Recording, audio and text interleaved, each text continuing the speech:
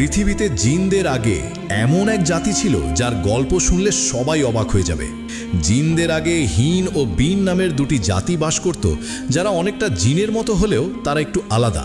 জিন আগুনের তৈরি, কিন্তু হিন ও বিন নামের এই দুই জাতি তারা জিনদের মতোই কিন্তু পানি ও বাতাসের তৈরি ছিল।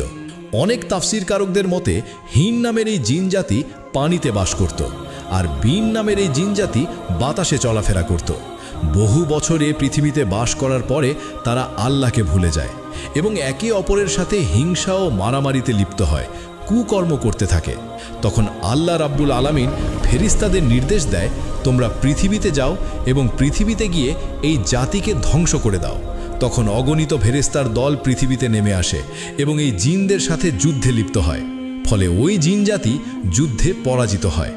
এরপর আল্লাহ রাব্বুল আলামিন আগুন দ্বারা জিন সৃষ্টি করে আবারও জিনদের এই পৃথিবীতে পাঠায়।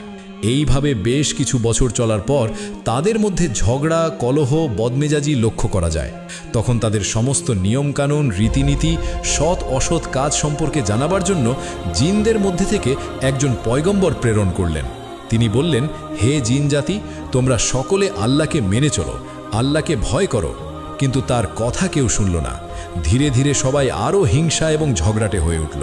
কিছু জিন আবার সেই পয়গম্বর জিনকে হত্যা করার ষড়যন্ত্রে লিপ্ত হল, এমনকি শেষ পর্যন্ত তাকে হত্যা করে ফেলল। আল্লাহ তাআলা অসীম দয়ালু, তাই জিনদের অন্যায় অপরাধের শাস্তি প্রদান না করে আবারও তাদেরকে হেদায়েত করার জন্য একজন পয়গম্বর পাঠালেন। এইভাবে আবুল জিনের পর প্রায় ৩৬,০০০ বছর সময়ের মধ্যে বহু জিন পয়গম্বরকে হত্যা করার পর আল্লাহ তাআলা আমারও জিনদের প্রতি অত্যন্ত অসন্তুষ্ট হলেন। অতঃপর তাদেরকে শাস্তি প্রদান করার জন্য আসমান থেকে আবারও অসংখ্য ফেরেশতা পাঠালেন। আল্লাহর নির্দেশ অনুযায়ী কোটি কোটি জিন হত্যা করে ফেলল। কেবলমাত্র যে সকল ঈমানদার জিন পাপী জিনদের ভয়ে বনে জঙ্গলে, পাহাড় পর্বতে, গুহায় বসে আল্লাহর ইবাদতে মগ্ন ছিল, শুধুমাত্র তারাই রক্ষা পেল, আর বাকি সকল জিন ধ্বংস হয়ে গেল। এই ঈমানদার যে সকল জিন অবশিষ্ট ছিল আবার ওদের বংশবিস্তার হয়ে পুনরায় দুনিয়ায় বসবাস করতে লাগলো। এদের মধ্যে একজন বিশেষ জিন, সে খুবই শিক্ষিত এবং সব সময় আল্লাহর ইবাদতে ভগ্ন ছিল। তার নাম চালপালিশ। তাকে আল্লাহ তাআলা বাদশাহ ও ধর্মীয় নেতা প্রদান করলেন। সে খুবই অল্প দিনের মধ্যে অনেক সুনাম অর্জন করল এবং সকল জিনকে আল্লাহর পথে ডাকতে লাগলো। এইভাবে প্রায় বহু বছর অতিক্রম হয়ে গেল, কিন্তু হঠাৎ করে তাদের মনে কুমন্ত্রণা এবং অত্যাচারের আগুন জ্বলে উঠল।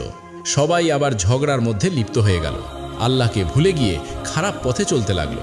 তখন আল্লাহ তাআলা হযরত জিবরাইল আলাইহিস সালামকে চালপালিশ নামক জিনের কাছে পাঠালেন এবং তাকে সতর্ক করে বললেন, তুমি তোমার দায়িত্ব কর্তব্য ভুলে কোন পথে এগিয়ে যাচ্ছ? এই পথ তোমাকে বিনাশের কোলে পৌঁছাবে। হযরত জিবরাইল আলাইহিস সালামের এই সতর্কবাণী শুনে চালপালিশের মনে চেতনার উদয় হলো, কিন্তু দুষ্ট জিনদের প্ররোচনায় পড়ে চালপালিশের আবার পরিবর্তন ঘটল। এমন পাপ কাজে লিপ্ত হয়ে গেল যে আল্লাহ তাআলা এই পাপ সহ্য করল না। চালপালিশ নামক এই জিনের যখন ১০০০ বছর পূর্ণ হয়ে গেল, তখন আল্লাহর নির্দেশে আবারও আসমান থেকে অগণিত ফেরেশতা নেমে আসলো এবং চালপালিশ সহ সমস্ত জিন জাতিকে ধ্বংস করে দিল।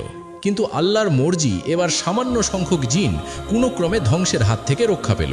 তাদের মধ্যে ৪ জন নেককার জিন ছিল। সে হলো হামুস। হামুস নামক জিনকে আল্লাহ তাআলা বাদশাহী প্রদান করল। হামুসের জামানায় জিন জাতি কিছুদিন ভালোভাবে চলল, সৎ জীবনযাপন করল, আল্লাহর নির্দেশ পালন করল। এদিকে জিনদের আদি পিতা তারান্নুসের জন্মের ১,৪৪,০০০ বছর অতিক্রম হয়ে গেল। হামুস জিনের পুত্র খাবিস, যে ছিল ইবলিসের পিতা, আর নীলবিষ ছিল ইবলিসের মাতা। তাদের চেহারা ভয়ঙ্কর ছিল। খাবিসের আকৃতি ছিল ভয়ঙ্কর সিংহের মতো, তার স্বভাব প্রকৃতি সিংহের মতো, আর নীলবিষের আকৃতি ছিল নেকড়ে বাঘের মতো।